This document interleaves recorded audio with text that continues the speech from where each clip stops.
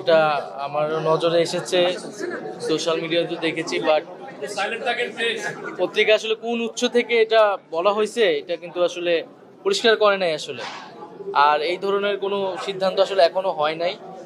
হ্যাঁ, এবং এটা এরকম যদি হয় সেটা আমরা নিজেরাই এটা বলবো, এবং রাজনৈতিক দলে অংশগ্রহণ করার মতো পরিস্থিতি হইলে আমরা সেটা সরকার ছাড়ার সিদ্ধান্ত নিলে আমরা এটা আনুষ্ঠানিকভাবে বলবো। সেরকম কোনো সিদ্ধান্ত এখন পর্যন্ত আমার জায়গা থেকে বা আসিফের জায়গা থেকে আমি যতটুকু জানি যে এরকম হয়নি।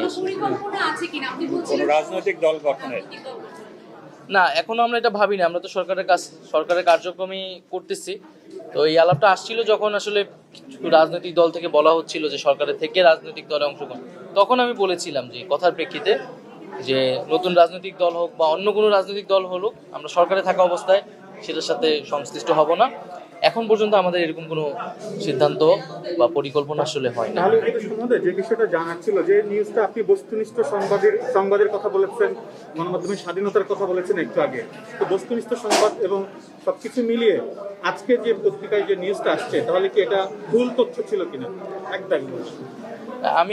আমি মনে করি যে উৎসটা তারা পরিষ্কার করেনি, সেক্ষেত্রে আরেকটু দায়িত্বশীলভাবে এটা প্রচার করা উচিত ছিল, বা তাদের কাছে এরকম এটাকে তো খুবই গুরুত্বপূর্ণ একটি সংবাদ আসলে, তো সেক্ষেত্রে তাদের উৎসটা বলা উচিত ছিল। আমাদের জায়গা থেকে তো এরকম হয়নি আসলে।